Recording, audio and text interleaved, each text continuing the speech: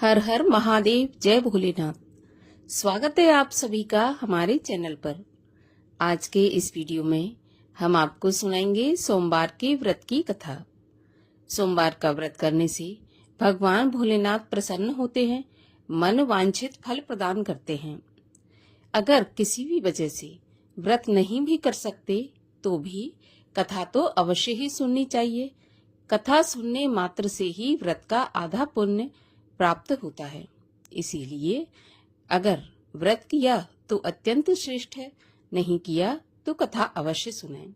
हमारे चैनल पर सभी प्रकार की व्रत कथाएं और महात्म्य सुनाए जाते हैं।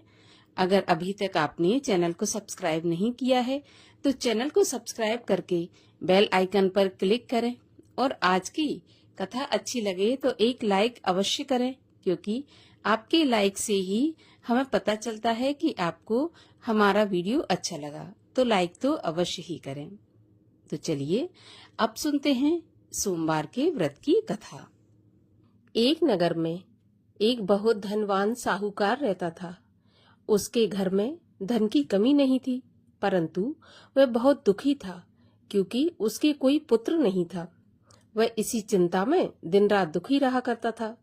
पुत्र की कामना के लिए वह प्रत्येक सोमवार को शिवजी का व्रत और पूजन किया करता था तथा सायंकाल मंदिर जाकर शिवजी के सामने दीपक जलाया करता था। उसके इस भक्ति भाव को देखकर एक समय माता पार्वती ने भगवान शिव से कहा, महाराज, ये साहूकार आपका अनन्य भक्त है, सदैव आपका व्रत और पूजन बड़ी श्रद्धा से करता है। आपको इसकी मनोकामना अवश्य पूरी करनी चाहिए। शिवजी ने कहा, हे पार्वती, ये संसार कर्म क्षेत्र है। किसान खेत में जैसा बीज बोता है वैसी ही फसल काटता है। उसी तरह मनुष्य इस संसार में जैसा कर्म करते हैं वैसा ही फल भोगते हैं। माता पार्वती ने अत्यंत आग्रह पूर्वक कहा कि प्रभु, जब ये आपका अनन्य भक्त है और अगर इसको किसी प्रकार का दुख है तो उसे आपको अवश्य दूर करना चाहिए। आप तो सदैव अपने भक्तों पर दयालु रहते हैं और उनके दुखों को दूर करते हैं। यदि आप ऐसा नहीं करेंगे तो मनुष्य आपका पूजन तथा व्रत क्यों करेंगे? माता पार्वती का ऐसा आग्रह देखकर भगवान शंकर कहने लगे, हे पार्वती, इसके कोई पुत्र नहीं है। इसी चिंता में यह बहुत दुखी रहता है। इसके भाग्य में पुत्र न होने पर भी मैं इसको पुत्र प्राप्ति का वरदान देता हूँ, परंतु वह पुत्र केवल 12 वर्ष तक ही जीवित रहेगा। इसके पश्चात वह मृत्यु को प्राप्त हो जाएगा। इससे अधिक मैं इसके लिए कुछ नहीं कर सकता। माता पार्वती और भगवान शिव का ये वार्तालाप वह साहूकार सुन रहा था। इससे उसको ना तो प्रसन्नता हुई और न ही दुख हुआ। वह पहले की तरह शिवजी का व्रत और पूजन करता रहा। कुछ समय के बाद साहूकार की स्त्री गर्भवती हुई और 9वें महीने उसके गर्भ से अति सुंदर पुत्र उत्पन्न हुआ। साहूकार के घर में बहुत खुशी मनाई गई, परंतु साहूकार तो ये जानता था कि उसकी केवल 12 वर्ष की ही आयु है, इसलिए उसने अधिक प्रसन्नता प्रकट नहीं की और न ही किसी को यह भेद बताया। जब वह बालक 11 वर्ष का हो गया तो बालक की माता ने उसके पिता से उसका विवाह करने के लिए कहा। साहूकार ने कहा, अभी मैं इसका विवाह नहीं करूंगा, मैं अपने पुत्र को काशी पढ़ने के लिए भेजूंगा। साहूकार ने बालक के मामा को बुलाकर उसको बहुत सा धन देकर कहा, तुम इस बालक को काशी पढ़ने के लिए ले जाओ और रास्ते में जिन जिन स्थानों से भी जाओ तो यज्ञ करते हुए, ब्राह्मणों को भोजन कराते हुए और दक्षिणा देते हुए जाना। अब दोनों मामा भांजे यज्ञ करते, ब्राह्मणों को भोजन कराते तथा दक्षिणा देते हुए काशी की ओर चल पड़े। रास्ते में एक शहर पड़ा। उस शहर में राजा की कन्या का विवाह था, परंतु जो राजकुमार विवाह करने के लिए आया था वह एक आंख से काना था। उसके पिता राजा को इस बात की चिंता थी कि कहीं राजकुमार को देखकर राजकुमारी या उसके माता पिता विवाह में किसी प्रकार की अड़चन पैदा न कर दें। जब उसने सेठ के अति सुंदर लड़के को देखा तो मन में विचार किया कि क्यों ना द्वाराचार के समय इस लड़के से वर का काम चलाया जाए। ऐसा मन में विचार कर उस राजकुमार के पिता ने उस लड़के और उसके मामा से बात की तो वे राजी हो गए। फिर उस साहूकार के लड़के को दूल्हे के कपड़े पहनाकर और घोड़ी पर बैठाकर कन्या के द्वार पर ले गए। सभी कार्य प्रसन्नता से पूर्ण हो गए। राजकुमार के पिता ने सोचा कि यदि विवाह भी इसी लड़के से करा लिया जाए तो बुराई क्या है। ऐसा विचार कर लड़के और उसके मामा ने कहा कि यदि आप फेरों और कन्यादान के काम को भी पूरा करा दें तो आपकी बड़ी कृपा होगी। मैं इसके बदले आपको बहुत सारा धन दूंगा। दोनों ने खुशी खुशी स्वीकार कर लिया। विवाह कार्य बहुत अच्छे से संपन्न हो गया। सेठ का पुत्र जिस समय जाने लगा तो उसने राजकुमारी की चुंदरी के पल्ले पर लिख दिया कि तुम्हारा विवाह मेरे साथ हुआ है, परंतु जिस राजकुमार के साथ तुम विदा होगी वह एक आंख से काना है और मैं काशी पढ़ने जा रहा हूँ। सेठ के लड़के के जाने के बाद राजकुमारी ने जब चुंदरी पर ऐसा लिखा हुआ पाया तो उसने काने राजकुमार के साथ जाने से मना कर दिया। उसने अपने माता पिता को सारी बात बता दी और कहा कि यह मेरा पति नहीं है, मेरा विवाह इसके साथ नहीं हुआ और जिसके साथ मेरा विवाह हुआ है वह काशी पढ़ने चला गया।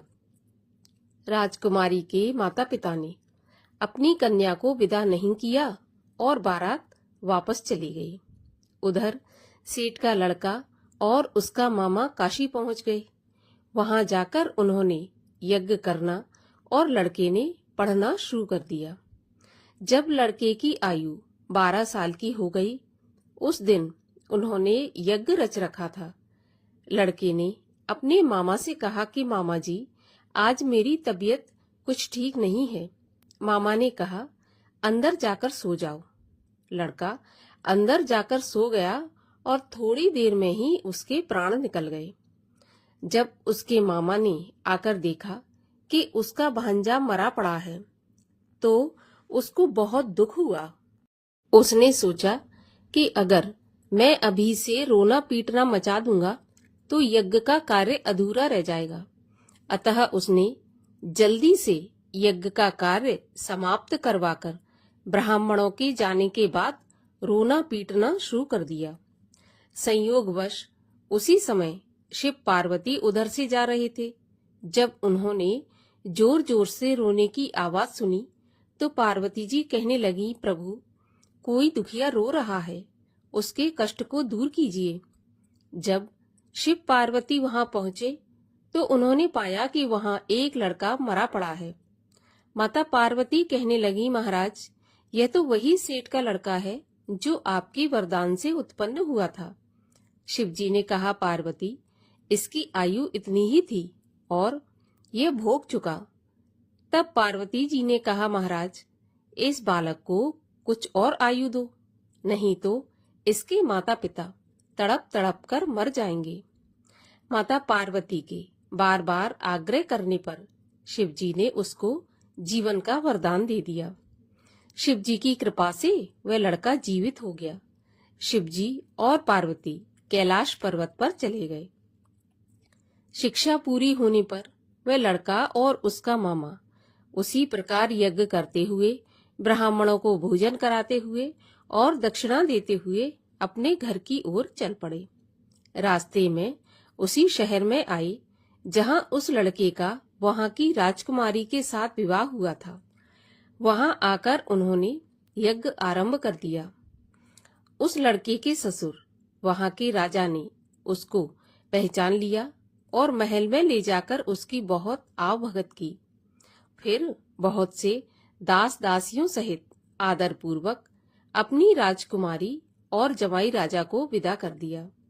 जब वे अपने शहर के निकट आए तो मामा ने कहा कि मैं पहले तुम्हारे घर जाकर तुम्हारे माता पिता को खबर कर आता हूँ।